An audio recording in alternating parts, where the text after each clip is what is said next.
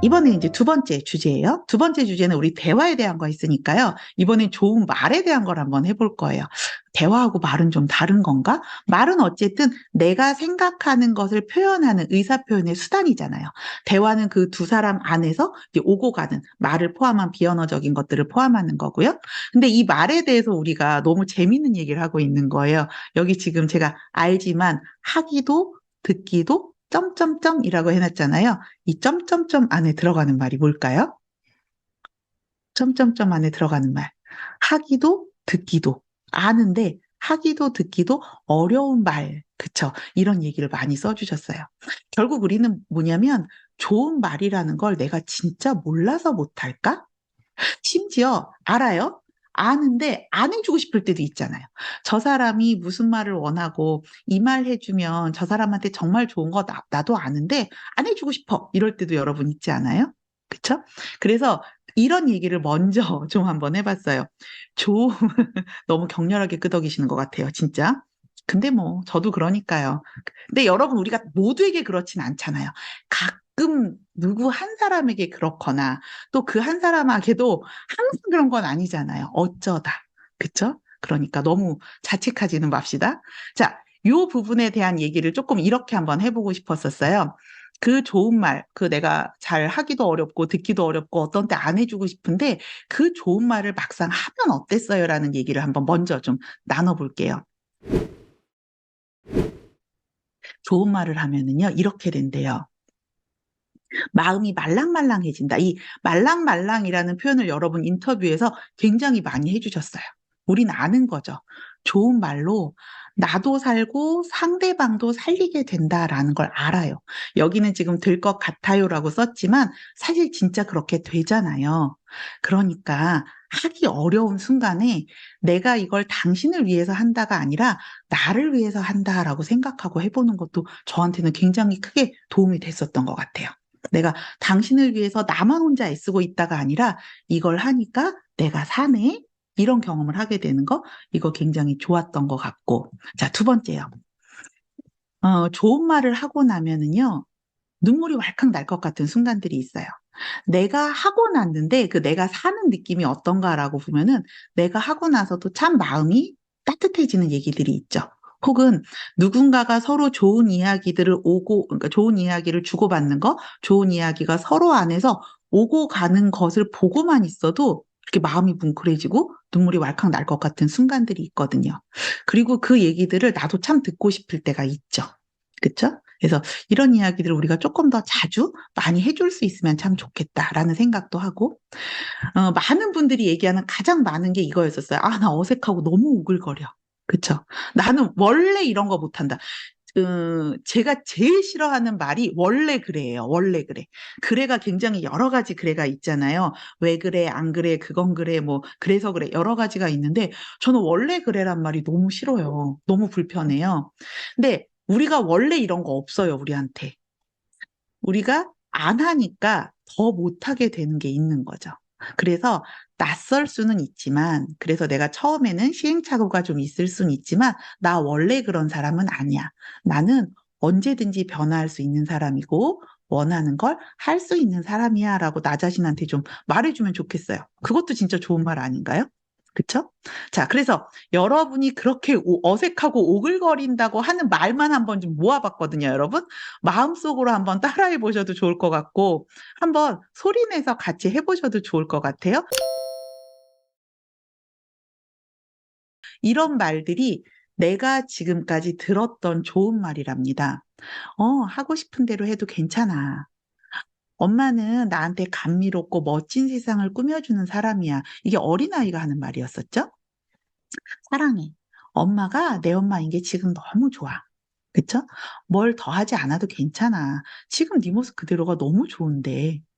싸우고 난 뒤에 그래도 여보랑 대화해서 좋지? 이런 얘기도 해보고, 아이고, 너 진짜 힘들었겠다. 지금 그 자체로도 너무 충분히 좋아. 집에서 아기를 보는 일이 진짜 특별한 거야. 이게 내가 하는 일의 의미나 가치를 인정해주는 말인 거죠. 알아주는. 엄마의 희생 덕분에 아기도 하루만큼 이렇게 자란 거지. 이런 말들이 우리가 경험하는 좋은 말들인 거죠. 사실 이 말들을 몰라서 못하는 게 아니잖아요. 단지 우리가 듣고 싶은 만큼 내 입에 붙어 있지는 않아서 주변 사람들과 익숙해질 기회를 많이 못 갖는 게 아닌가라는 생각이 들었었어요. 자꾸 나를 좋은 말에 노출을 좀 시켜봐 줄 수 있는 방법을 찾아보면 좋을 것 같아요. 비슷한 부분에 대해서 연구가 좀 있었어요. 여러 가지 이제 통계의 영감을 좀 찾아봤는데, 이거는 2015년에 국어정책 통계 영감 국립국어원에서 600명을 대상으로 이제 한번 조사를 해본 거예요. 자, 가정에서 어떤 말을 듣고 싶니? 라고 했을 때 이게 캡처해서 조금 그 폰트가 좀 희미하긴 한데요. 잘 보시면 실질적으로 부부 사이에 가장 듣고 싶은 말 중에서 81%가 수고에 대한 감사예요. 부부 사이에서. 이 얘기는 뭐냐면 부부 사이에서는 조금 이건 수평적으로 보고 있다는 생각이 저는 들었어요. 자, 두 번째 부분에서 부모님에게서 부모님들이 가정 안에서 듣고 싶어 하는 이야기는 71%가 이것도 수고에 대한 감사였어요. 능력이나 성격에 대한 칭찬은 보면은 뭐 13%, 10%, 5.8%, 뭐 5.3%, 7%, 전체적인 부분에서는 좀 미미하죠. 아이들이 한 이야기는요, 감사가 아니라 노력에 대한 칭찬이나 행동에 대한 칭찬이라고 이야기를 하는데, 사실은 그 아이들은 아직 어리니까 엄마 아빠나 주변 사람으로부터 어떻게 보면 칭찬이라는 부분이 내가 노력한 거, 내가 행동한 거에 대한 인정이라고 받아들였기 때문이 아닐까 싶어요. 그래서 아이들도 칭찬보다 그렇게 행동해줘서 너무 고마워라든가, 아이고, 그렇게 애써줘서 노력해줘서 고마워. 이런 부분에 대한 부분을 조금 더 많이 표현해줘도 좋지 않을까라는 생각들도 들었어요. 제가 오늘 현우한테 했던 이야기 중에 하나가 막내한테 그렇게 얘기를 했거든요. 요즘에 전반적인 이미지 관리와 몸 관리를 알아서 해주는 게 참 예뻐 그랬거든요. 고마워. 이렇게 톡톡톡톡 얼굴에 선크림, 선업크림 열심히 바르고 헤어스타일 열심히 꾸미고 그다음에 옷도 예쁜 걸로 깨끗하게 입고 아침 저녁 샤워하고 이 부분이 자기 스스로 자기를 엄청 이미지 관리를 하고 있는 거잖아요. 그런 부분들을 그 아이가 행동하고 있고 노력하고 있는 부분이죠. 이게 내 마음에 들고 안 들고를 가지고 가치를 평가하는 게 아니라 그렇게 해주는 모습이 참 보기 좋아. 그렇게 자기를 잘 관리해 주니까 고마워. 그리고 나서 제가 그러니까 덧붙인 게 있었어요. 뒤이어서 덧붙였던 말이 이제는 너의 주변에 대한 공간 관리까지 한번 관리를 좀 확장해 보자. 관리의 영역을. 그랬더니 이제 정리하라는 얘기예요. 그랬더니 아이가 알겠습니다. 열심히 노력해 볼게요 하고 톡이 왔더라고요. 그래서 우리가 주로 이제 듣고 싶은 말이 이런 부분이고요. 배우자들에게 듣고 싶은 말, 지금 아까 보면 수고에 대한 감사라고 했잖아요. 남편과 아내가 듣고 싶은 말이 다를까요? 같을까요? 여러분 어떨 것 같으세요? 나한테 듣고 싶은 말, 내 배우자가 또 내가 들었을 때 좋은 말이 비슷할까? 서로 좀 다를까? 남편과 아내가 어떻게 생각하세요? 자, 다르다고 생각하면 X, 똑같다고 생각하면 O 한번 해보실래요? 어, 다른 분들도 계시고, 그러네요. O도 있고 X도 있어요.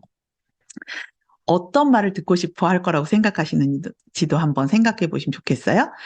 아내들이 남편에게 듣고 싶은 말은요, 가장 많이 듣는 게 고마워, 사랑해, 당신 고생한다 였었어요. 맞아요? 여러분? 이 말이 제일 듣고 싶어요? 네, 수고에 대한 감사, 인정. 그쵸? 자, 남편이 가장 듣고 싶은 말, 지금 여러분 보시면은요, 내용은 비슷한데요. 사랑해가 압도적으로 커요. 남편들이. 좀 해줍시다. 안 해주는 거죠, 여러분? 그쵸? 그래서 남편들이 가장 배우자에게 듣고 싶은 말은요, 내용은 비슷한데 사랑해가 가장 컸었어요. 그래서 이 이야기를 저도 오늘 가서 한번 해볼게요. 우리도 한번 요거 끝나고 나서 한번 해봅시다. 자, 그러면 여러분 제가요, 다른 그 대화의 내용들을 하나를 더 보여드릴 거예요. 이건 어떤 말들을 모아놓은 걸까 한번 생각을 하고 채팅창에 한번 적어보세요. 자, 이런 말들이 있어요. 많이 변했어. 많이 좋아졌어. 하고 싶은 거 다 하고 살잖아. 뭘 그렇게 열심히 살아. 아우, 욕심도 많지. 이렇게 해야지. 그럴 때는 이렇게 말해야지. 역시 너는 내 딸이야. 오늘도 잘했지. 너 같은 딸이 있어서 엄마는 진짜 행복해. 힘내. 다 잘 될 거야. 애쓴다. 조금만 더 하면 되잖아. 내가 너한테 한 기대가 너무 높았니? 할 수 있는데 왜 더 안 해? 자, 이 말들이 지금 여러분 모두가 똑같은 질문에 대해서 했던 대답이에요. 이거 어떤 말들 같아요, 여러분?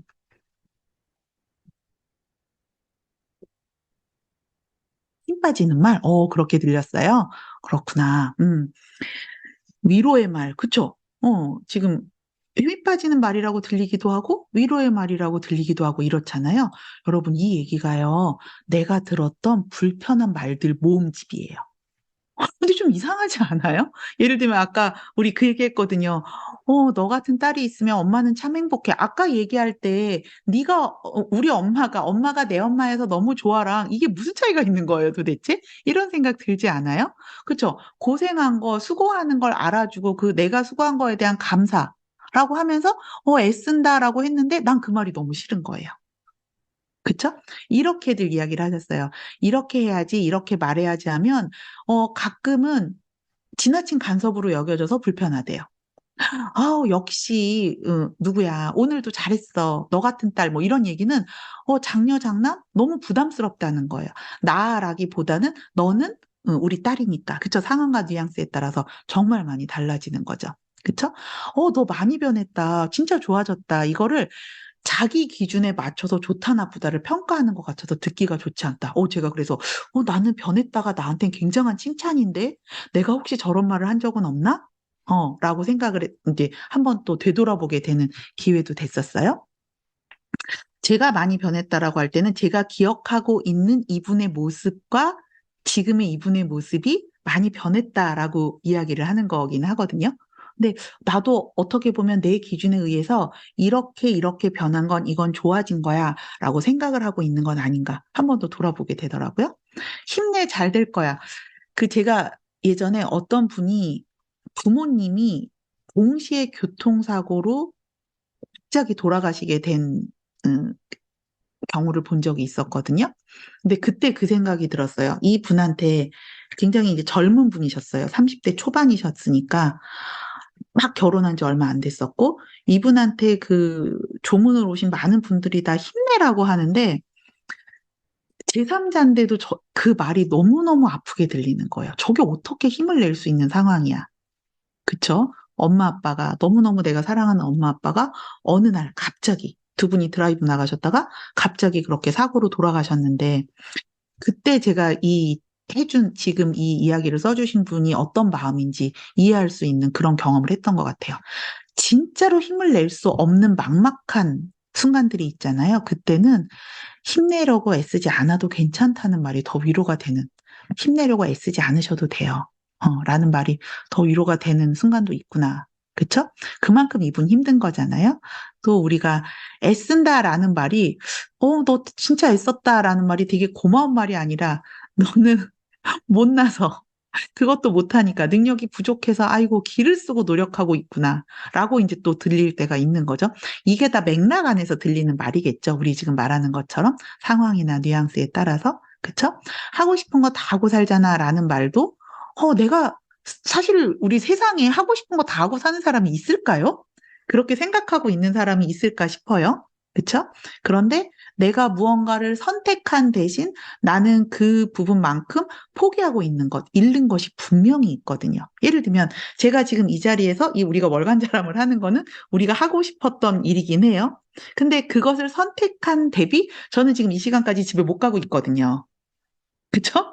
이런 것들. 여러 가지가 분명히 내가 이걸 선택했기 때문에 분명히 그만큼 애쓰고 노력한 거, 어떤 치러야 되는 대가가 있는데 마치 너는 네 마음대로 쉽게 사는 것처럼 말할 때 우리 좀 불편하기도 하대요. 또 조금 더 할 수 있는데 왜 안 해? 나는 이 이상 할 수가 없어. 그쵸? 이런 부분들에 대한 것들, 이것도 이제, 나의 어떤 노력을 더 하라고, 충분하지 않다라고 하는 말 같을 때, 힘들 수가 있다라고 이야기를 했어요. 그래서 제가 이걸 듣고 나니까요, 우리 이런 생각이 드는 거예요, 여러분. 어쩌면 우리는 내가 원하는 가장 좋은 말의 공통점은 이거였거든요. 감사. 그쵸? 누군가가 나에게 지금 해주시는 것처럼, 감사해요 해주실 때, 이게 내가 무언가를 했던 부분에서 인정받는다라기보다는 내가 무엇을 소중하게 여기고, 내가 애쓰고 의미 있어 하는 거에 대해서 동의를 얻어주는, 동의해주는 그 느낌이 있잖아요. 그 감사. 그 다음에 내가 사랑받고 있다라는 거, 그 애정을 표현하는 말들, 또 격려해주고 지지해주는 말이 분명히 좋은 말이구나. 그런데, 때로는 상대방이 감사야 라고 정보를 보내고, 사랑해, 너에게 애정을 갖고 있어 라고 정보를 보내고, 화이팅, 힘내봐, 조금 더 열심히 할 수 있어, 내가 너를 믿고 지지해 줄게 라고 정보를 보내도 우리가 이런 때가 있는 거예요. 저게 뭘까? 저게 무슨 뜻일까? 해석이 잘 안 되는 거죠. 그게 감사나 애정이나 격려나 지지로 안 받아들여지면 이런 마음도 생길 수 있을 것 같아요. 이렇게. 짜증이 나는 거죠. 왜 나한테? 내가 지금 최선을 다하고 있는 거 안 보여? 야, 내가 이거 거저 얻은 것처럼 보이냐? 막 이런 식으로 이제 우리가 생각을 할 수도 있겠구나. 정말 이거는 한 끗 차이구나. 그래서 우리가 정보를 어떻게 받아들이고 어떻게 반응하는지, 그리고 내가 원하는, 내가 주고 싶은 그 정보를 잘 주는 게 필요하겠구나라는 생각을 하게 됐었고요. 또 하나, 감사나 애정은 지금 우리가 감사를 표현하기를 지금 부모 습관 모임에서 하고 있는데 이것도 쉽지는 않은데, 진짜 하고 싶은데 잘 안 되는 거라고 물어보면은요, 이걸 제일 많이 얘기를 하세요. 격려와 지지를 보내고 싶은데, 나도 어떤 평가형 칭찬에만 익숙해 있지, 격려와 지지를 어떻게 보내야 되는지 잘 모르겠다 하는 분들이 진짜 많거든요. 그래서 이 부분만 한번 우리 같이 나눠보면 어떨까 싶었었어요. 이 격려의 기술이라는 그 딩크 마이어와 그 로손 씨라는 그 학자가 쓴 책인데요. 여기에 요 부분에 대해서 이렇게 정리를 하고 있대요. 세상에는 똑같은 말을 하면서 낙담하게 만드는 사람이 있고 격려해주는 사람이 있는데, 나는 어떤 사람인가 한번 생각을 해보세요. 낙담하게 만드는 사람은 주로 말 안에 이런 태도가 있답니다. 비효과적으로 듣기. 이건 뭐냐면, 우리가 아까 효과적으로 듣는다는 건 듣기 태도에서 배웠던 거 기억나세요?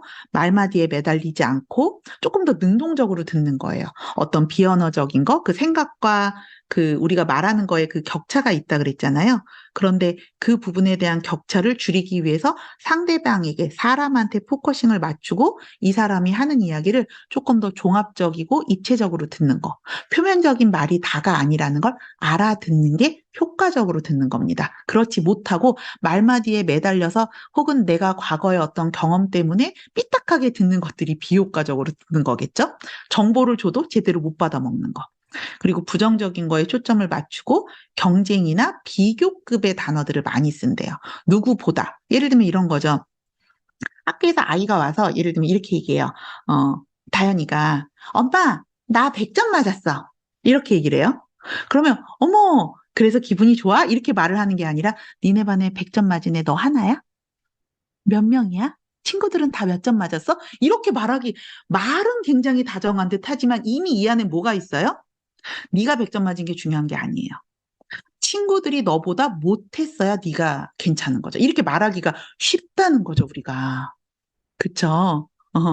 그 다음에, 어, 이런 사람이 있나 보네요, 옆에. 그쵸? 그 다음에, 무언가를 이야기할 때 잘한 것만 눈에 보이는 사람들이 있어요. 뭔가를 다 잘했어도, 저 사람이 저럴 줄 알았어, 내가. 10개를 잘하다가 1개를 못해도, 저거 하나를 똑바로 못하네. 잘한 것만 의미 있다고 보는 거죠. 우리가 나를 대할 때 이렇게 많이 보잖아요. 그쵸? 이런 것들. 그 다음에 감정이 무관심하대요. 뭐에만 관심이 있을까요? 이 사람들은 성취해낸 결과에만 관심이 있어요. 그래서 됐고, 어떻게 됐는데? 이런 것들. 그 반대가 격려하는 사람이겠죠? 비효과적이 아니라 효과적으로 사람한테 집중해서 들어요. 그러면 아까 같은 리액션이 좀 자연스럽게 나올 수도 있겠고, 부정적인 게 아니라 이 상황에서 그래도 우리한테 좋은 게 뭐지? 긍정적인 것에 초점을 맞춰보는 거죠. 또 경쟁 비교 대신에 협력과 수용, 유머라는 부분들이 있어요. 이런 사람하고 있으면 이거는 느껴지잖아요. 와, 우리는 같이 하고 있구나. 어머, 내 얘기가 저 사람의 삶이나 이야기하고는 좀 다르지만 그 부분에 대해서 이해받고 있구나. 너무 심각하거나 무겁지 않게. 그다음에 노력과 내가 예전에 이제 잘했던 거에만 보는 게 아니라 예전과 다르게 내가 어떤 부분에 애쓰고 있고 노력하고 있고 어떤 변화가 있는지 그리고 그 과정 안에서 어떤 마음인지에 관심을 가져주는 거. 이게 격려래요. 그래서 요거는 저희가 나중에 캡처해서 자람 오픈 채팅방에 올려놓을게요. 한번 같이 우리 계속 연습을 좀 해보면 좋겠어요?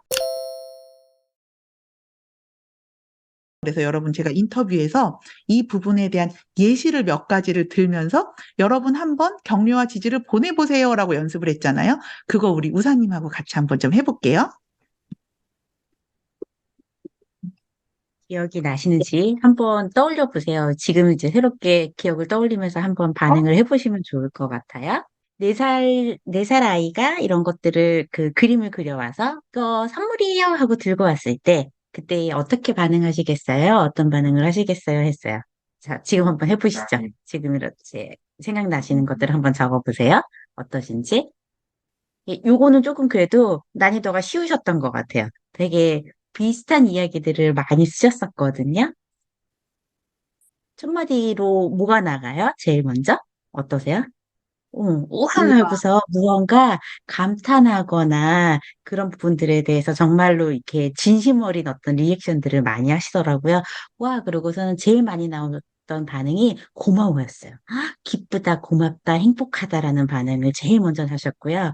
그리고 이제 조금 더 나가면 그 다음 얘기로는 이게 누구야? 이 사람들 뭐 하고 있어? 엄마는 어디 있어? 와, 엄마 이렇게 생겼어? 이렇게 예뻐? 고마워. 이런 것들 혹은 우리 가족이 다 있어서 너무 행복한 그림이다. 엄마가 이거 잘 보관할게, 잘 걸어놓을게. 이런 이야기들을 많이 하셨더라고요. 요거는 다 좀 비슷비슷해요. 맞아. 그림 하나하나에 대해서 물론 이렇게 얘기를 반응을 해주시기도 하죠. 그리고 저희가 그 다음번에 여쭤봤더니 요거까지는 그래도 좀 쉬웠어요. 이제 고민스러운 질문이셨던 것 같아요. 10살쯤 된 아이가 무언가 열심히 노력을 한 거죠. 그래서 태권도 승급 심사를 보러 갔는데 결과가 좋지 않았어요. 만족스럽지 못한 어떤 결과를 받았을 때 울고 있습니다. 그럴 때는 어떻게 반응을 하시겠어요? 어떻게 말씀해 주시겠어요? 라고 여쭤봤었거든요. 이거 우리 아이라고 생각하고 한번 대답을 해보시죠. 우리 아이가 태권도가 아닐 수도 있겠지만 무언가 열심히 노력했는데 결과가 만족스럽지 못해서 울고 있어요. 그럴 때 우리가 어떻게 반응들을 주로 내가 하고 있지? 한번 떠올려 보시면 좋을 것 같아요. 뭐가 제일 속상해? 라고 이야기하실 수도 있고, 또, 제일 재밌었던 반응 중에 하나가 뭐 있었냐면, 가로하고서요, 내 돈 어금니 깨물고, 토닥토닥 해줄 거예요. 라고 가로 해놓으신 분이 계셨었거든요. 네, 그래서 그 반응도 정말로, 그러고 뒤에 반응은 지금 여러분들이 하셨던 것처럼, 속상하지, 아이고, 슬프겠다, 엄마도 속상해, 이런 반응 보여주신 분들도 있었고, 또 어떤 분은 지금 말씀하셨던 것처럼, 아, 엄마도 그런 적 있었어 하고서 내 경험을 같이 얘기해 주신 분들도 계셨고, 심사에 나갔다는 것만으로도 대단해 하고 이야기를 하신 분들도 있었어요. 근데 또 상당수가 어떻게 하셨냐면, 에이, 괜찮아. 빨리 잊어버려. 오늘 고생했어. 애썼어. 엄마가, 아빠가, 짜장면 사줄게. 기분 풀어. 고기 먹으러 가자. 고생했으니까. 이러면서 빨리 그 슬픈 기분에서 나오게 해주고 싶으셨던 거예요. 그래서 그 이야기들을 쭉 이렇게 쓰시면서 이야기가 길어지기 시작을 하셨어요. 아까 4살짜리한테 선물 받고 나서 이야기할 때에는 되게 간결하고 핵심이 있으셨거든요. 그런데 여기서부터는 어떻게 되냐면 말이 조금씩 길어지기 시작을 하시더라고요. 내가 뭐를 해야 되는지는 이제 알겠는데, 이러면서 슬프지, 속상하지, 공감해 주시고, 그리고서는 그 다음에 무언가 해결책을 주시려고, 그 다음에 거기서 빨리 빼내어 주시려고 애쓰시더라고요. 맞아요. 엄마는 네가 최고였어. 심사위원들 기준하고는 뭐가 좀 달랐나 봐. 이러면서 나름 아이한테 그 상황을 조금 합리적으로 설명해 주려고 애쓰시는 분들도 많으셨어요. 아이가 좀 크고 나니까 이제 그런 부분들도 계셨거든요. 그래도 여기까지는 우리가 조금 뭔가 수월하게 그래도 내가 답을 뭔가 좀 알고 있다라는 느낌 들지 않으세요? 어떻게 해야 되는지 그래도 감은 잡혀 있어라는 것들이 좀 있으시잖아요. 이제 그다음 저희가 난이도를 좀 높였었거든요. 이제 아이가 사춘기, 청소년기로 넘어갔었어요. 청소년기가 된 아이에게 이런 일을 이제 대답을 들었습니다. 이런 이야기가 있었어요. 라고 했거든요. 아이가 시험 성적을 받아온 거죠. 이거는 점수는 저희가 예시로 60점이라고 얘기는 했지만 이게 사람들마다 아마 반응이 좀 다를 것 같아요. 60점 정도의 점수를 받았어요. 엄마, 아빠, 제 받았습니다. 여기 사인해 주세요. 확인해 주세요. 학부모님 사인을 받아오래요. 라고 이야기를 했어요. 그랬을 때 여러분 어떻게 반응하시겠어요? 라고 여쭤봤거든요. 아직 뭐 아이가 사춘기, 이제 청소년기가 아니거나 이런 시험 같은 걸 안 봐본 친구들도 있을 텐데요. 어떨 것 같으세요? 내 아이가 무언가 조금은 내 기대에 못 미칠 수도 있는 점수를 받아온 거죠. 결과를 받아왔어요. 이럴 때 여러분 어떻게 하시겠습니까?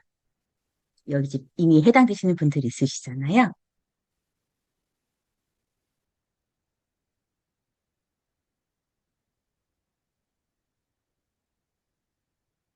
주세요. 어렵죠? 네, 맞아요. 이 대답이 여기는 제일 길었어요. 물론 듣는 사람이 그 말을 들을 수 있는 연령대이기 때문에긴 하겠지만 여기에 대답들이 참 길었는데요. 60점? 뭐 여러 가지 뉘앙스겠죠. 아, 60점? 그랬구나. 점점점 잘했어. 라고 하셨고 하신 분도 있었고 그러게 이건 왜 사인 받으러 왔어? 왜 사인 받아오래? 라고 오히려 이렇게 되묻는 분들도 계셨었고 그다음에 맞아요. 너는 지금 마음이 어때? 너는 이 점수가 마음에 드니? 라고 물어보신 분들도 계셨었어요. 그리고, 아, 이번 시험이 좀 어려웠나? 난이도가 어려웠어? 이런 이야기 하신 분들도 계셨었고요. 네, 맞아요. 그리고 이 점수에 대해서 너는 어떻게 생각해? 엄마는, 아빠는 조금, 아쉬워. 라는 이야기들을 하시는 분들도 계셨었어요. 또 그 다음 반응으로는 이번 시험이 그러면 조금 어려웠니? 뭐가 준비가 조금 어려웠어? 네가 어땠다고 생각해? 하고서 아이 본인이 좀 스스로 무언가에 이 사태에 대해서 평가하고 그 다음번에는 다른 행동을 할 거라는 거에 대한 다짐을 받고 싶어 하시는 어떤 그 피드백들도 조금 있었고요. 그 다음에 지난번보다는 어땠구나 하고서 그 과정에 노력했던 과정에 대한 이야기들을 조금 짚어주신 분들도 계셨어요. 넌 이게 생각한 것만큼, 노력한 것만큼 어떻게 이 결과가 나왔니? 이번에 좀 잘 검토해서 다음번엔 좀 해보자. 엄마 아빠가 뭘 좀 도와주면 좋겠니? 하고서 그 다음번에 해결책으로 조금 가시는 분들도 계셨었거든요. 여기서부터 되게 어렵지 않으셨어요? 그쵸. 앞에는 그래도 뭔가 내가 정확하게 기뻐해주고 격려해주고 지지해주는 것들에 대해서가 흔들리지 않으시는 게 느껴졌었는데 여기서부터는 생각이 많아지지 않으세요? 내가 이 아이를 격려해줘야 되겠다라는 머릿속에 한 생각, 그다음에 이대로는 안 되는데 이거 문제다 하고 빨간불이 켜지는 어떤 생각들, 그래서 아까 이야기했던 것처럼 우리가 내 생각의 이 방향과 속도가 빨라지기 시작하면서 무엇라 말해야 될지 모르겠다, 혼란스럽다라는 게 여러분들의 대답에서 다 느껴졌었거든요. 여러분들이 지금 우리 앞에 이제 이야기 들었었잖아요. 이게 잘 들어주는 것들, 태도적인 것들, 집중해주고, 공감해주고, 경청해주는 어떤 태도들에 대한 거, 그다음에 요 앞에 우리 격려하는 사람의 태도에 대한 것들을 봤을 때에 우리가 여기에서 지금 뭘 해주면 좋을까에 대해서는 한번 조금 생각을 해보시면 좋을 것 같아요. 그리고 저희가 이 얘기 준비하면서 했던 것 중에 하나는 어, 솔직한 내 마음을 드러내는 거에 대해서 정말 어려워하는구나라는 생각이 들었었어요. 내가 받았는데 정말로 저 점수를 내가 잘했다고 만족스러워하면 잘했구나라고 대답을 하고 있을까? 만약에 그럴 수 있다 그러면 참 괜찮을 텐데 그런 부분들이 내가 솔직하게 대답한다라는 거, 표현한다라는 거에 대해서 부담감을 많이 갖고 있구나라는 생각이 들었었고요. 아, 그렇구나. 맞아요. 성적이 나오면 이게 우리가 결과에서 사실은 되게 초연해지기가 어려운 부분이잖아요. 항상 과정만 중요한 건 아니기 때문에 사는 게 우리가 과정만큼이나 결과가 또 중요하고 필요한 부분들도 있으니까. 그런데 그런 부분들을 과정을 중심으로 얘기했을 때 아이들이 성인이 되어서 엄마 아빠 그렇게 얘기해줘서 참 고마웠다라고 말해줬다라는 요 이야기처럼 우리가 그러려고 지금 애써 보는 거죠. 그래님은 이럴 때 어떻게 하세요? 그, 저는 솔직하게 이야기를 많이 하는 편인 것 같아요, 지금은. 근데 제가 이렇게 한번 얘기를 해볼게요. 영진이가 60점을 받아온 거예요.